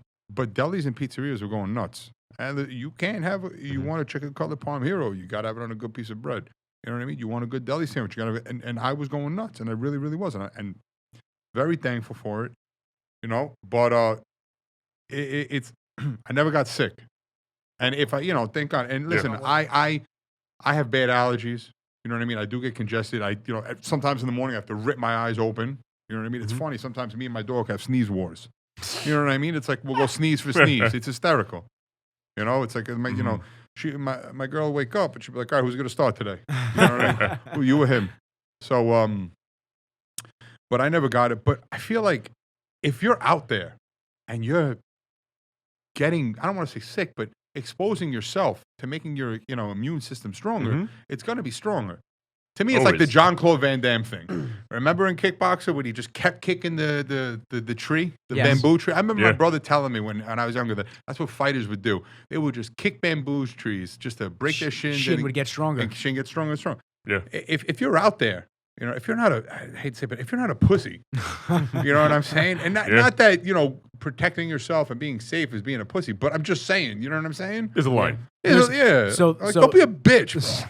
So yeah, like my cousin was being. So that's a Sear special tool. It was rough. It was rough to not ream him out completely, and I just went, you know what, fuck it, I'm not answering him anymore. Yeah. You know, I've seen I can't really say because I don't know if this person listens, but I've seen people in general go to Disney. I can't. Such a pussy. I can't. I don't want to incite internal riots. Close family members. I'll say that. I'll tell you later. I promise. I've seen them at, like, say, bridal showers. This is gonna give it away. I've seen them at, okay. Fuck it. I've had my mom was telling me that there was a family member. My mom went to our second cousin's bridal shower this past Sunday. Oh, do I know? I don't know this person. You don't know this person? No, I'm saying if they, I don't. Sorry, now I definitely want to know. Yeah, I'll give you names afterwards. However, my second cousin, who's getting married, she and that side of the family love Disney. Like, they go to Disney 3-4 times a year. Blows my fucking mind. There's only so many times you can ride those rides, and it's boring. For me, I don't see the draw. Yeah. I really don't. Once every, like, decade, I'd go to Disney, maybe get drunk at Epcot and fall in the lake. That's something I want to do. Let's go. I'm down for Epcot. Let's go. Bro. Done. I'm down. I'm give down. me some. I'm down. Let's rock and I'm roll. gonna stiff that. So, they go like 2 to 3 times a year. Wild to me. So at the bridal shower, my mom told me that one of our cousins, not the one that's getting married, one of our cousins who is deathly afraid of the virus, evidently, wearing a mask the entire time at the bridal shower. She was at Disney a month ago. No mask on. She had a mask on, but, like, what are you fucking doing? If you're that afraid of the virus, why would you go to Disney? Jump on a plane, go to a park where there's going to be thousands of people, even still with It's like you wear a mask. It makes no, like, if you feel like what do people think this virus is? Like, do they think it's like microscopic little flies? Yeah. Do they think it's like a gas that only hangs out in specific areas? It looks for your mouth. People, because it's like, dude, you hear all these analogies. It's like wearing a mask is like putting up chicken wire to stop a fly. For real. You know what I'm saying? It's like, do you really think that this mask, any medical mask, is going to stop something from coming in? Well, the crazy thing is I saw on Under Armour's advertising sport masks, and on the disclaimer on the bottom, it says, will not stop COVID. Because they have to put that. Yeah. Because if someone gets sick wearing the mask, they're going to be like, well, I was wearing the mask. Why did I get sick? That's why we need goggles. Yeah. Now we need... Pretty soon, dude... If I don't see you with goggles on by next week, I'm really going to report you. Oh, God. As a human being. Thanks, Karen. I'm telling my mom. I'm telling her. No, but you know what? It's true. And like, people are so far... Listen, I have all walks of life coming into the bakery. Mm-hmm. I really do. You know what I mean? And I'm very friendly. I love all my customers. I appreciate everybody who comes in. And I'm very friendly with them. And on many occasions, people come in, you know, and they put their face in like this, you know, they cover with their shirt, and I'm like, what do you do? I said, it's okay. I said, put your shirt down, smell the bakery, enjoy it. Mm-hmm. You know what I mean? And I was like, it's okay. And these are mothers coming in with their kids who are trying to hold a kid and hold a thing. I'm like, literally, I would say, like, you have a child. Like that's your number one priority, not to make sure that you have a mask, because how long have you been living without this mask? You're entitled to make a mistake. Because if somebody else in the store feels like that one time that the person didn't wear the mask, all of a sudden they're going to start an outbreak. Like, you're that much of an ignorant asshole. Like, you should not be in public. Like, put yourself in a fucking bubble. Stay home. Yeah, exactly. Stay home or put yourself in a fucking bubble. Because that's what you deserve to do. Well, now the $600 is up. Now the $600 is up for unemployment. So let's see how many people say, oh, fuck it, we have to get back out there. Because the amount of people that said, oh, don't harm my children and me without wearing your mask. Well, let's see. Now that the extra money is not coming in, let's see how quickly they go, oh, no, we have to get back out there. We have to start working. Oh, 100%, bro. It's all bullshit. Honestly, you know what's funny, man? And I'm thinking about it. They just timed it too bad. Because in the end, it's all bullshit that they're just trying to get one guy out. And they timed it way, and they really did. And they timed it way too bad. Because in the end, look how much shit is coming out. It's just a ton. Like look how much, all this, eventually, eventually this COVID shit is going to be over. And Hollywood is still going to be a bunch of pedophiles. It's weird. Hollywood is a bunch of fucking pedophiles. Weird shit going on. Listen, your guys' talk show is going to fucking go up because think about it, dude. Jimmy Fallon, you're a fucking creep. Jimmy Kimmel, you're another fucking piece of shit. Ellen, she's the biggest creep of them all. That's what you put up yesterday. Yeah. He put up the Ellen show needs a new talk host. I saw that. It's insane. It's literally, it's disgusting and it's insane. And then there are these people trying to say like, oh, it's okay. It doesn't mean anything, this, that, and the other thing. I'd like to see one of these high profile guys, like honestly, even everybody goes crazy over like Beyonce. Beyonce, let your daughters in the same room with Bill Clinton and walk away. Come back in an hour. Tell me what happens. Yeah. So you feel comfortable doing that? Yeah, no. No? I don't trust Bill Clinton with a fucking peanut butter and jelly sandwich. Anything with a hole is getting fucked. You gotta get it. Did you see the picture that came out that they found in Epstein's house with him and Bill? No, bro. Clinton was in a dress in a blue blue bar. Yeah, bro, you didn't see that? It was like an oil paint, dude. Like yeah, man. And listen. In the beginning, I used to think Bill Clinton was the man because, before you get into politics, you kind of just see the surface, just the outside, and you're like, oh, this guy got laid in the White House, and I don't blame him because Hillary Clinton is disgusting. You know what I mean? It's like, yes, and not that Monica Lewinsky was good looking, but it's lesser of the two evils. You snuck women to the White House. Yeah, like, all right, bro, you did what every guy really wants to do. You smoked a cigar and got laid in the White House. Yes. Yeah, bro. Yes. Yeah, bro. Yeah, bro. That shit is. Why isn't this up on my wall right now? That shit is real. That shit is real. Wow. Yeah, man. This is some weird shit. And anybody who's ever tried to expose the real shit has been killed. It's like I was never big into politics just because it's like it wasn't my thing. It's such a dirty. It's such a disgusting. But now game. it's like, and now it's not even politics I'm into anymore. It's just the scandals that are behind it. Like you see anybody who's ever trying to expose politics and how weird, fucked up Hollywood is, they die. Like you remember that guy Anthony Bourdain? Yeah, the guy Chester from Linkin Park, and there like two other singers and Avicii. They were the money behind this. Documentary that's supposed to come out called The Speakless Children or The Quiet Children. Basically, it was supposed to be like the truth about Epstein Island, this, that, and the other thing. Now, all within a year, they die. Or overdose. Chris Cornell wasn't part of that, was he? I don't know. I know it was, I remember seeing 4 or 5 big face names. You know what I mean? Obviously, Avicii being one of them, and Anthony Bourdain, and you know what I mean? It's because, listen, the only Avenger to not go to Epstein Island was Iron Man. Write that down. Yeah. All the others went? Robert Downey Jr. Yeah, bro. Chris Pratt and his wife had like a fucking 15-year-old slave. Sex slave. Yeah, bro. Yikes. Yeah, man. They all went. Now, is this a lot of the speculation or is this like actually coming out documents? You know what? Listen, you see it and then you don't see it because all this is just, it's not CNN approved. So therefore they have to hide it. That they have to pull it down. They have to go away. Nuts. You know what I mean? Because this will expose how fucked up this, Hollywood and politics really are. My mom said that there was a cannibal restaurant in Hollywood. Yeah. Have you heard about that? Yes. It's a sinisterism. Sinister is huge because it's like it's weird, but like I remember seeing, and I think it was if I started the Epstein documentary, it all goes back to like vampires. How do vampires stay young? They drink blood. So they actually have these witch doctors who would hold these seances and all this other shit, who actually would sell people on this. I mean, most of Hollywood's sold on Scientology. So do you really? Yeah. Are you really shocked? Well, yeah, but I'm saying like that's where it is, and it's like it's just like It's bone chilling. What the fuck? These are the people making 10, 20, 30 million a movie. Yeah. And listen, they're all run by the same people. So even if like these people, like, and you get sad to hear some people jump on the bandwagon. Like, I'm not gonna lie, man. When The Rock came out and he said, like, Mr. President, where are you? During this whole, when the Black Lives Movement started, I genuinely was upset. I was pissed. I was like, bro, we lost you. Like, why, man? And then you got like a good Italian guy like Chuck Zito coming out and saying Trump's the best, fuck the rest. I'm like, Chuck Zito, you're the man, bro. He's not like an A-list guy, but he's fucking Chuck Zito. Yeah.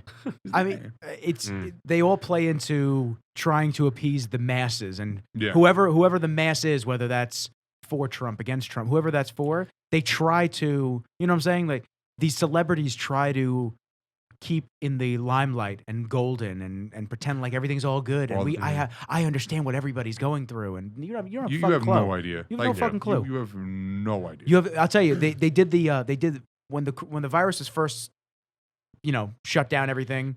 They did those benefits where they have everybody singing.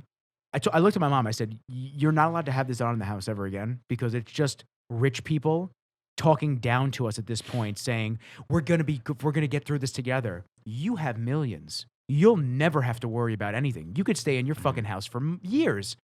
People like us that have to get out there and work and are trying to build something still. You're not in this with me. Like, they literally, like, you're ruining. You literally are. You're putting this country down. You're killing this country. Hard work. Like, I'm sorry, but this country was not built on movies. This country was not built on this. No, this country was built on hardworking people circulating money. This was construction workers, restaurants, bakers, delis, and all these guys, all these blue collar. Thank you. All these landscapers, everything. Masons. All these were able to build up. Like, listen, could you really be a hedge fund guy without working in a fucking like building? Like it's just. The fuck? It's like, what the actual fuck? Priorities are skewed. There are no priorities, right? Their only priority is themselves. They're selfish. They're the most. They care about themselves and not. We have one guy in the world, two guys, because, let me tell you something. Fucking Vice President Pence is the man, too. You have guys who generally care about the American people, and then you have everybody else who just cares about them, and they want to bring down the American people so they could just feel that the American people need to be, like, need government. So I'll tell you, why make Americans feel like they need government? You were doing so well, and unemployment rate was so low. So low for everybody, especially minorities. So low, minorities, everybody, and it's like, not only that, but there was going to be so much better. Like, there was going to be work, and the United States was going to be built up, and boom, this and the other thing, and then you go ahead and you fucking do this. Like, even if they would have just watched the coronavirus the way they evidently watched H1N1. Thank you. Yeah, I said it for you. Yeah. Then honestly, they probably could have controlled it. I'm not saying people would have died, and it's such a bad thing to say, but people die of the flu. You know what I mean? Everybody should be in a hazmat suit. If you care about this coronavirus, you should have cared about the flu. And if you should care about people, you should have everybody in a hazmat suit. That's it. We should be living like the fucking Jetsons. Everybody should be, and that's it. But that's not the case. So I'll tell you, I read a lot of articles, and I know we personally don't talk politics a lot, and it's not because we're for or against anybody. We try to stay super, 100%, down the line. I mean, just not trying to appease the masses, but also staying out of it. Because frankly, we don't give a fuck. We don't care because John, we're going to work on Monday. No matter what, no matter who's in office, he's got to go to work on Monday. I got to go to work on Monday, and you're out there being jacked and baking bread. So tomorrow, in an hour. But so I did read something that was kind of crazy to me, and as somebody that looks out with an open mind, and I think more people in general need to have open minds. I find that on both sides, more so, I'm gonna get flack for it, but more so on the left, I find people like to lecture more. They like to tell you that you're stupid for believing that or thinking that or this and that. And whereas people I see on the right, they talk a little bit more openly, and they, although maybe super dedicated and hard-nosed on their beliefs, they don't judge and point fingers at people for not believing those things that they believe. Yeah. Everyone's allowed to have in my opinion, everyone should be able to have their opinion. If you like Trump, you like Hillary, like whatever it is, that's what made America great, right? Yes. Being able to have freedom. Have freedom. Have freedom. And be able to respectfully disagree with each other and just say, hey, listen, I don't believe in that, but I'm open to hearing your viewpoints, and if it changes my mind, maybe it does. But literally, that's the difference. I feel like if you're like me, it's and I feel like a lot more conservatives, you know what I mean? We do feel one way, and if we have something to say, it's more of a factual thing because we're mostly saying a fact in a defense. Mm-hmm. Yeah. Because it is the left who just comes out and says, blah, blah, blah, blah, blah, this, and this. But they automatically say it, and when they speak to you, they speak down to you, and they do anything they can to try to persuade you to see things their way, as opposed to, open conversation, open dialogue. Exactly. Which is what I love. I love. Same. There's the I'm going to say facts. I'm going to say this. I'm going to say I go for this reason. Not saying that you should go for this reason. Mm-hmm. I go for this reason. I don't want to persuade anybody to do anything that they don't want to do. Yeah. I don't, because I don't want to be the reason for you to be fucking pissed off and upset. But if you're going to come at me and say, why are you like this? This is why. Why do you believe in this? This is why. Mm-hmm. Why do you feel like this is it? Because this is why. Steven Crowder. You know Steven Crowder? Louder with Crowder. He's got a show. I don't really know which direction he swings, stance-wise, whatever. But he does have a lot of really great videos. One of which topics he does on YouTube is Change My Mind. He goes to college campuses. Yeah. He sits down with the banner and he says, I believe that gun rights are needed for all, or the Second Amendment needs to be upheld at all costs, this and that. Change my mind. And he sits there and he has debates and he has a book full of facts, statistical data and facts. And you see people just that are against every opinion, no matter what the opinion is, berating him, yelling at him, getting mad, calling him a racist. And he's just sitting there. That one word. What, racist, right? Word. But there's no reverse. So it just... Everyone's just got to be able to keep an open mind. I mean, the main article I was kind of getting at was I saw, and the legitimacy of it, I have to still fact check, but I saw that, oh, hello, Kenji. I saw that Trump signed a bill to, like, the first president to really sign a bill against trafficking of children. Yes, no, it's true. And he put money behind it, like $1 billion or something, or $1 million, whatever. I think it was $1 billion behind it. And then people are commenting on the thing. That's an okay first step, but there's really more that needs to be done. Like, the dude is the first person to just start doing some shit like that. As somebody who looks into politics and I don't like anybody, I'm like, God damn, man, you're really gonna wipe the slate, and then you're still gonna see that one blemish. You're gonna go, well, he could have done this better, so fuck it. And remember the saying when he first became president, and it was just like, this man could cure cancer, and they'll be mad at him for taking jobs away from doctors. Yep. Yeah. You know what I'm saying? They'll always find a way. So I mean, as somebody that looks in, it's just wild. You can't. There's no more. You don't have that freedom anymore, because once if you're not with them, you're against them, and they tag you as the absolute worst thing in the world if you're against them. Right. So it's not even worth it. It's not. No. I was just looking at his little paw is right by your wheel. Oh. You all right, boy? Hey, he's good. He's chilling. Hey, he's good. So I was actually going to rant this morning on Instagram. Yes, you're ranting. I was going to, and I decided not to. I said, you know what? I'll wait for the podcast. So last night, I don't know if you caught it. You did. About a month ago, my buddy Steve got engaged. So he got engaged, and he asked me. Now he's a videographer in the industry as well. He used to work with Arash. We became very friendly just through the grapevine of knowing people. And he's actually the videographer for GAD as well. Very talented guy. We asked me a lot of questions. We bounced stuff off each other. But when he asked me to shoot his engagement video of a photo shoot, I said, sure. Now, it's not my normal style of video. And I shot it, edited it, and I sent it to him last night. And he was blown away. He said, dude, as somebody that does video, this was unbelievable, blah, blah, blah. And I said, I appreciate that. Because especially, that'd be like you catering another baker's, another type tier baker's wedding. It's like, they know what they're talking about. Right, they're not stupid. So although you always put 110% in, you gotta make sure it's really good. Yeah, because it's. Yeah. So I put that video up. I put it up super late. It got a couple hundred views, this and that, and probably about 60 to 100 likes, whatever it is. I don't base my shit off likes. I actually use my Instagram for the purpose of a portfolio, as well as my website. But mostly, I throw up new work there. If I get a bunch of likes, I get a bunch of likes. I don't really give a fuck. But then this morning, I was kind of scrolling through, and you know how different celebrities, different people are linked to different things, and you kind of just start getting deep in Facebook and Instagram. Yeah, you just start climbing down the rabbit hole. And, you know, I look at the story post, and I had about 500 people look at the story of me posting the engagement video on there. And I started to just get mad. And not mad because I didn't get love, because I don't really care. Damn, really, Kenji? You went under the tripod? You could have went around it. Jesus Christ. Aww. We got to get a Kenji cam for him. But he shifts around too much. So put a GoPro on him. Yeah, just put it on his back, just have him walk around. So I didn't get mad because I don't get love, because it is what it is. If somebody wants to show me love, this and that. But you have friends, and I wanted to put it in your perspective as well.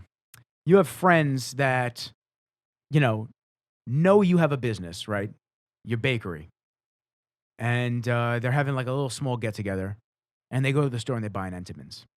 And maybe your product, although triple time in quality and taste, although maybe it's like $5 more expensive, they still chose to go to a generic store, get that bakery food, and then have that instead of supporting you. Mm-hmm. These people, I'm not expecting to directly support me. However, when you see a video or you see a friend's business put something up, it's almost like people just don't want to show that love. But I see these same people on Kylie Jenner, on Robert Downey Jr., on Barstool. It's like things that get millions of views that are already established. You won't show love to a person that you personally know with a small business. I don't know if it's because they don't feel like showing love intentionally or unintentionally, or it's because sometimes I start getting deep in the feels, and you're just like, maybe it's because they don't want to see you grow. Maybe they don't want to see, maybe that extra couple likes got more views on the video and it made it viral. It's just, there seems to be a disconnect with people wanting to support those businesses, and whether it's friends or not. Well, people always want to see you do good, just not too good. Not better than them. No, never. It's always going to be jealousy, because, people don't ever want to see you buy another Porsche. You know what I mean? So everybody's always going to talk shit. People always, they secretly feel like if they take away that one like, it's like, listen, it's the difference between a lake and an ocean. You know what I mean? I like Nick. I don't love him. Yeah. You know what I mean? It's like, oh, if I like Robert Downey Jr.'s stuff or say something over there, well, that's just a drop in the ocean.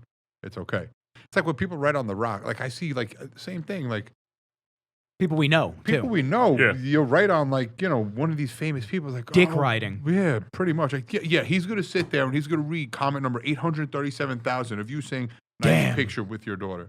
Yeah, bro. Yeah, like you made his day. You're the one. Yep. That was the one.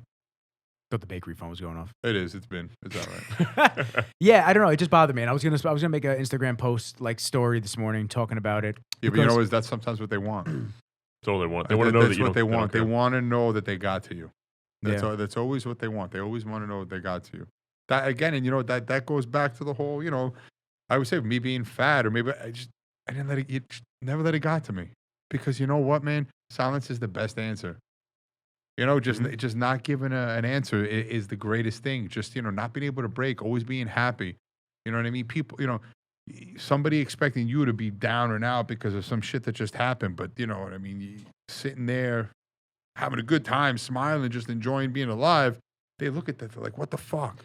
That's a kick in the balls. Yeah. Mm-hmm. You know what I mean? When they tried to stab you in the back, in return, they got kicked in the balls.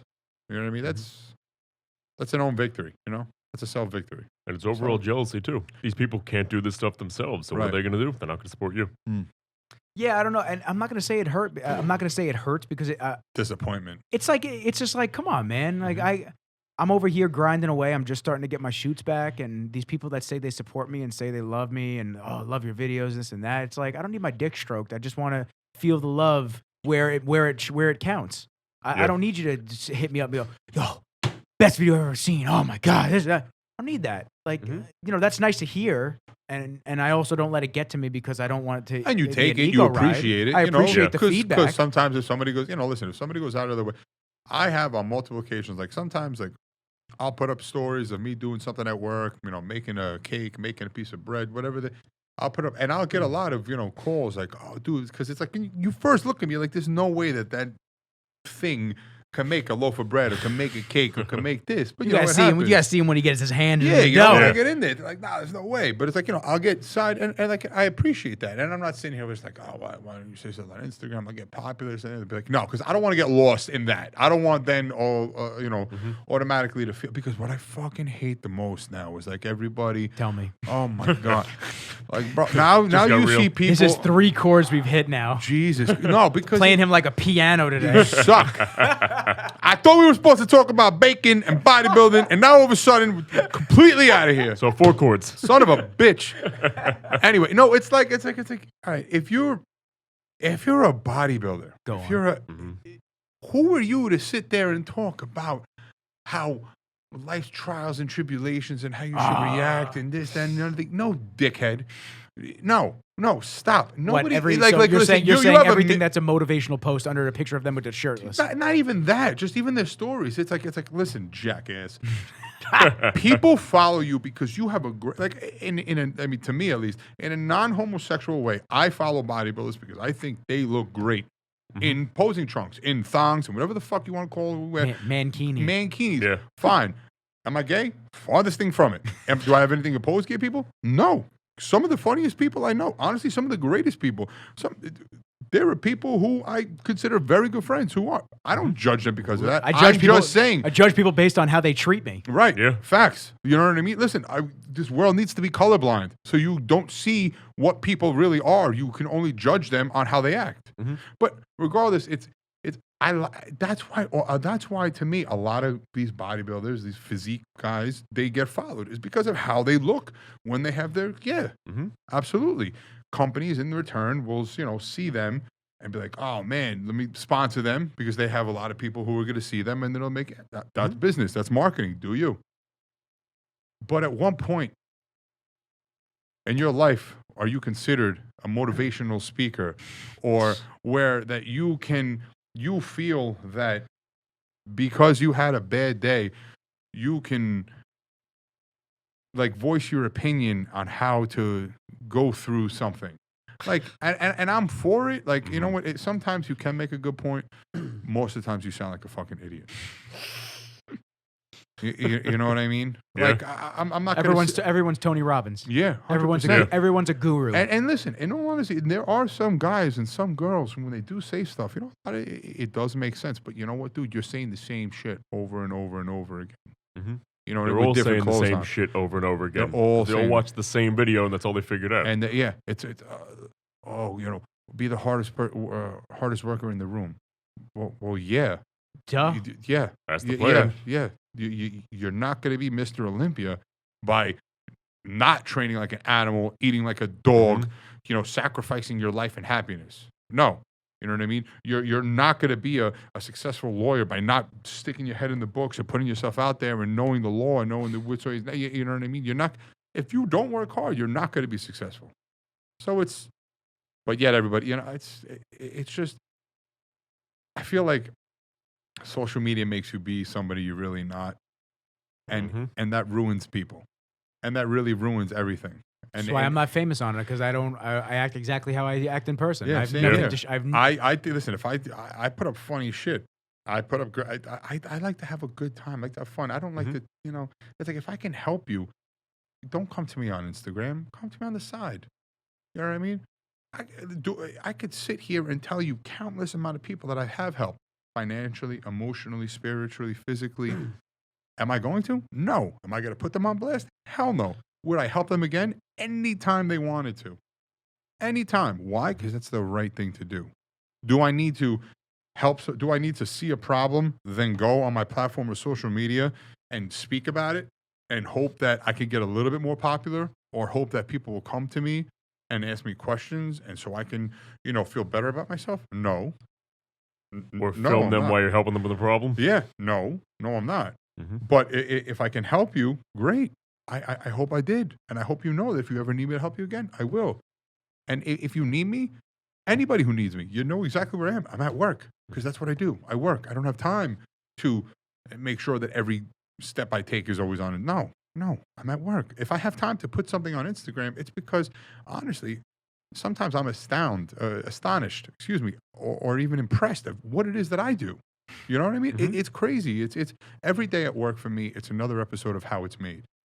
Because you don't realize it. It's people, take for granted the simplest things, but how great they are for you. A piece of bread, it's just, whatever, it's bread. But you don't realize, the time, the effort, the consistency. You know what I mean? It's one of the biggest debates in the culinary world will always be a baker and a chef. We don't get along. We might like each other outside of work, but inside of work, I think I'm better than a chef, and a chef thinks he's better than me. You know what I mean? A chef could follow a recipe and make a good loaf of bread. I could spot a problem, make a good loaf of bread better. You know what I mean? If you make if you're making a dish in a kitchen and it's too salty, you add more water to it. You add other ingredients, you dilute it, you make it bigger. Listen, how many times we made a salad, put a little bit too much sea salt on it, like, fuck. Yeah. Put more lettuce, put more olive oil, make it bigger. And, you saved it. You put too much salt in the dough, it's ruined. Killed it. Throw it out. So it's like, and that's my argument as to why I'm better than a chef. But I give chefs props. You know what I'm saying? But it's the simple shit. Yeah. You know what I'm saying? It's people. It's like I go through difficult. Like, dude, 2 weeks ago, remember that the humid wave? Ugh. Humidity is the worst thing in the world. But when you're a baker, when you're making bread, humidity is kryptonite to bread. Really? Legitimately, it's fucking kryptonite. It will ruin it. Listen, you can make chicken parmesan, you can make penne alla vodka, you can make any dish you want. Humidity will not affect that dish. The only way it'll affect that dish is maybe the chef will get a little more irritable and tired and not maybe take the correct steps because he'll try to cook it faster and get away from the grill because he's sweating balls. But in baking, humidity is it ruins it. It just kills it.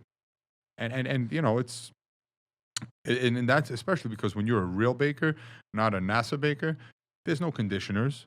When you I was gonna say, give me the steps. All right. So when you pick up a piece of bread in a supermarket, anything off all those ingredients, those are something called conditioners. What conditioners really are is just scientifically made things that are able to act as other things that are in ingredients, but they slow down the process so it keeps its shape, strength, taste, and smell. But when you're making a real loaf of bread, it's flour, it's water, it's salt, it's sugar, it's a little bit of a flavoring. And not a conditioner, a conditioner, but the conditioner that we would use is something that is not NASA approved. And I always go back to that because it's, you take a real piece of bread in 2 days, it's stale. You take a piece of Wonder Bread in 2 days, it's as soft as when you took out of the thing. Yeah. Because it's, you know what I'm saying? Yeah, that's Dave's killer bread that I eat from the grocery store. Yeah, I'm against it all. 2 or 3 weeks and the bread's still good and not moldy, and it's just kind of like, To me, that's not bread. To me, it's not. But I say that because that's my...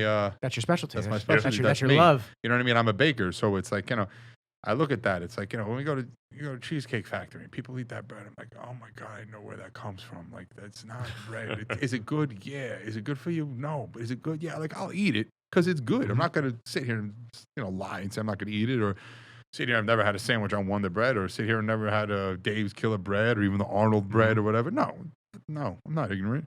But I'm just saying, in the end, real bread is always better. Yeah. How long does real bread keep? Like real bread? Real bread, I mean, if you put it in a bag, you can anywhere from like 2 to 5, 6 days. Okay. Really? Max. That's just stretching it. Yeah, that's 5, 6 So every days. time I get the semolina, it always gets like rock hard within a day. Yeah, well, that's real. Yeah. Because semolina flour itself, because it's non-bromated, so it honestly, what it does is it collects that water and it just solidifies. It's so delicious. It's so good when it's fresh. You know what I love to do is tell me. Is people come to me, people see me in the store like, oh, how long will this piece of bread last? I'm like, well, how long can you go without eating the whole thing? I was like, if you don't finish it tonight, it'll last till tomorrow. If you finish it tonight, well, then there's your answer. So, it's always a good time. It's always a good joke. So plus, ball breaking is the best. So I guess the humidity has a lot to do with the how long the bread will last then when it's all Well, done. Humidity has everything to do with dough, because once something is baked, it's baked. But Right. when humidity does, it takes away its strength, takes away its its ability to hold water, because, you know, humidity is pulling water. You know, because you got to look at a piece of bread, piece of dough as your skin.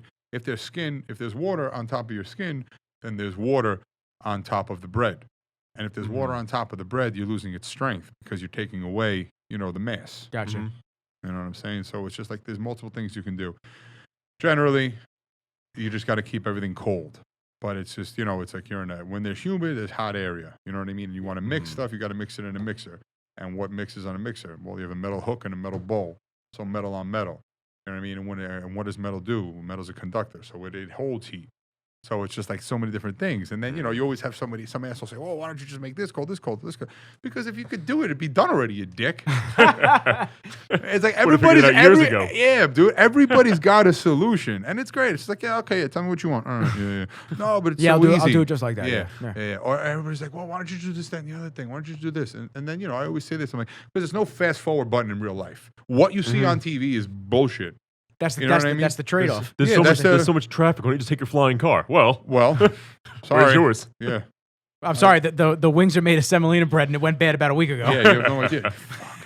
Oh, my God. So let me ask you this. What's the hardest dessert to make? Oh, the hardest dessert to make probably is a shvordadel. Oh, I knew you were going to say that. Shvordadel is probably the hardest dessert to make.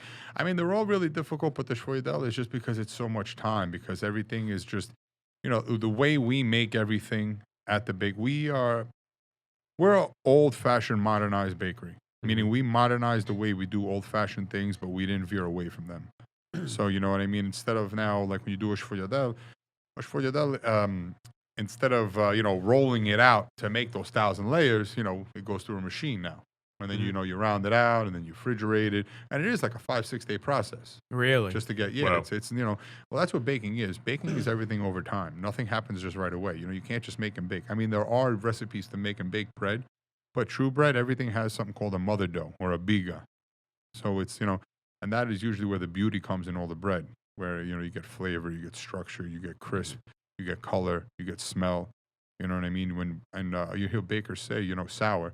When we say sour, it's not so much a sourdough. It's just the fermentation of the mother dough, the gases that are going. You know what I'm saying? Because you're literally making a bacteria. You know what I mean? What people don't understand is bakers back in the day used to use grapes.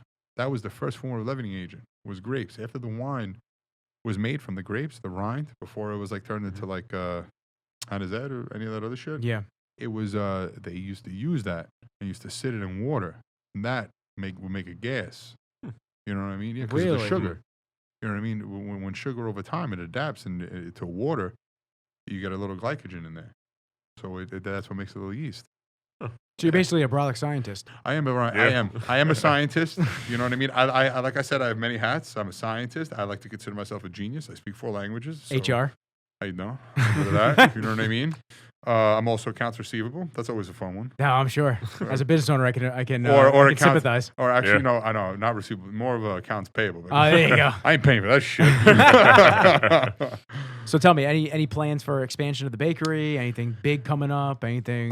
You know, unfortunately, the only plans for expansion would just to be a bigger building. Cool. But, you know, financially, and that's just the truth. For right now, you just can't. But it's just, you know, when you have, just like with the first thing we said over here, when you have more space, you're able to do more. Yeah. But when you have a bigger location, you always wind up getting into a marriage that maybe and that's just the realist of it. You know, I can sit here and bullshit, be like, yeah, bro, we're going to take over. We're going to fucking have a 50,000 square foot, 100,000 square foot building. And yeah, that's the goal. That's the achievement. You never want to tap yourself out. But in the same sense, you know, I'm a realist. You know what I mean? I'm making bread here. I'm not you know what I'm saying? I got stuff that's tangible. That if I don't sell it, I got to throw it in the garbage. Yeah. Not like if I'm a brick maker, if I make too many bricks, all right, let me just lay them to the side. And next time somebody needs them, I can sell them.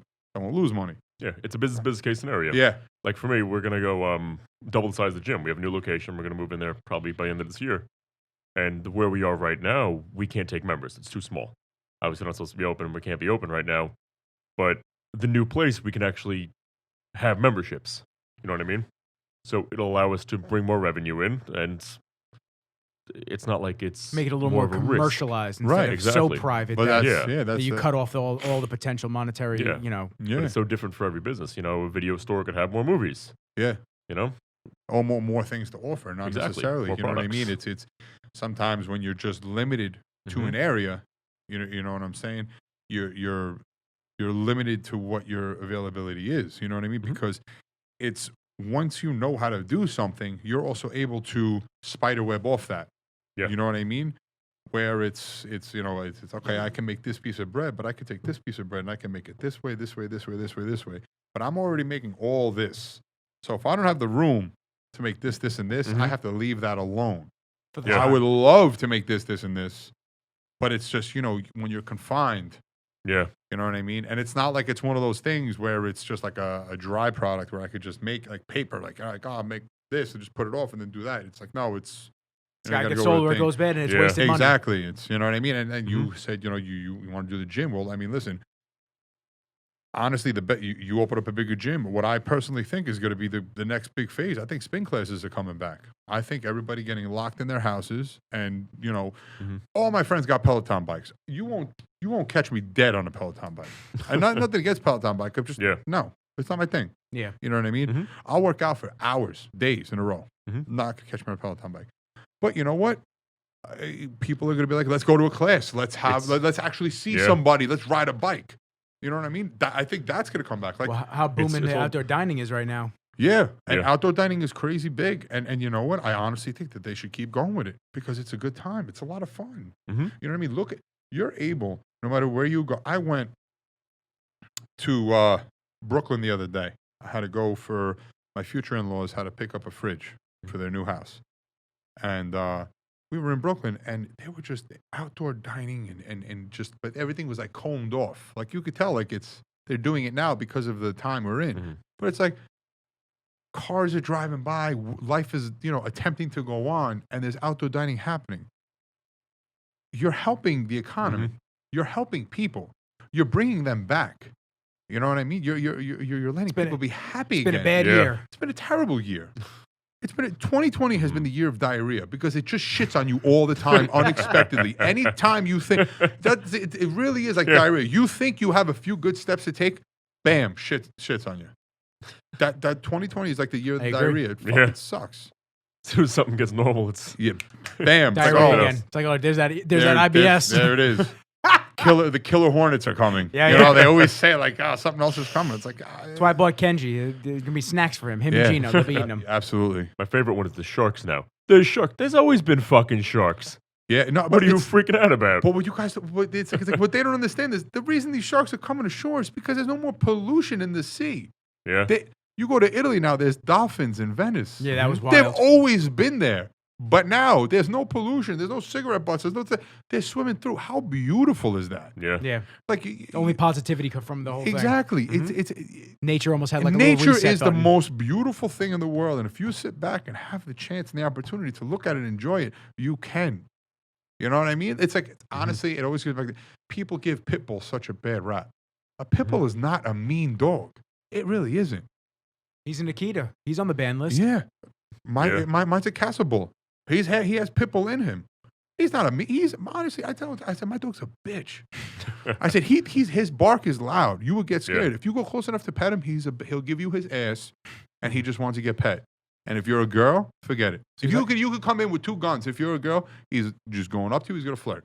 So he's his owner. Yeah, pretty much. I love you, babe. Side note. I love you, babe. Yeah, so it's you know, it's like you see sharks in the water all the time. People pulling up sharks, this, that, and the other thing. All right, you fight with a shark for over 2 hours. Then what does the shark do? All right, well, it ate your food. It swims away. How is that bad? How's that bad? But it's also an animal in the sea. If you go in the sea and it sees you in its sea, it's going to expect, well, you're not a fish. You're not a shark. What are you? You? Well, I'm hungry. I'm going to eat you.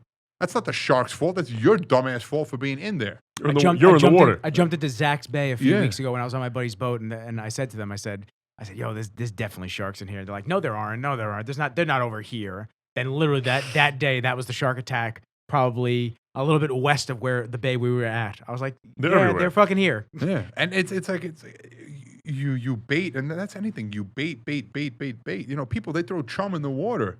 Of course, a shark's gonna come there. You're literally teasing a shark.